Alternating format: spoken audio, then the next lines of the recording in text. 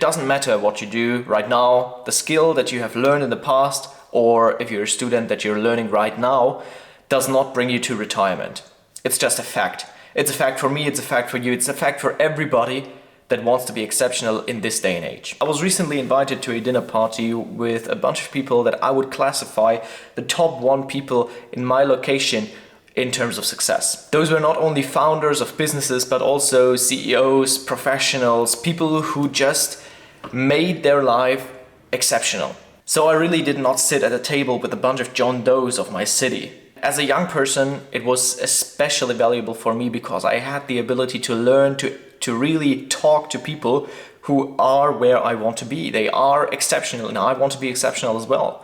So it was a great opportunity for me as a young person to actually talk to them, to take in the wisdom that they had and they were able to give to me. As the evening progressed, we talked a little bit about myself, about what I study, what I do on the side, and then we talked about the whole economy and the trajectory of where we are going in terms of skill set, in terms of AI right now.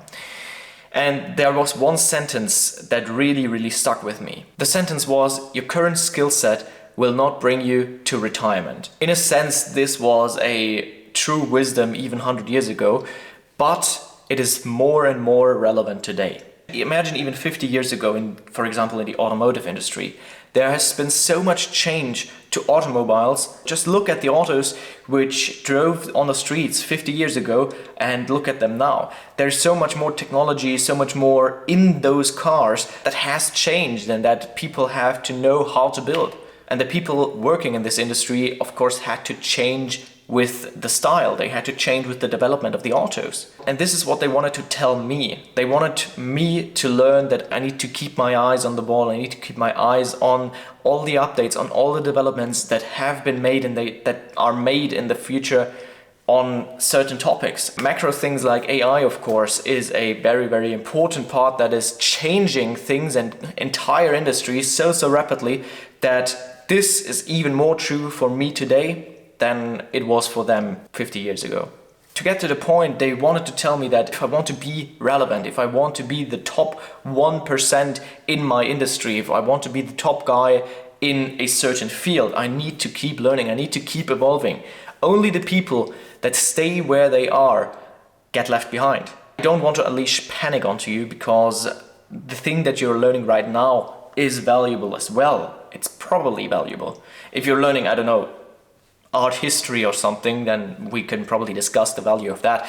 But if you're learning anything relevant that is relevant right now, then I think you're doing a good job. But you just have to have in mind that after, for example, your studies, after your apprenticeship, after everything that you do, the journey is not over.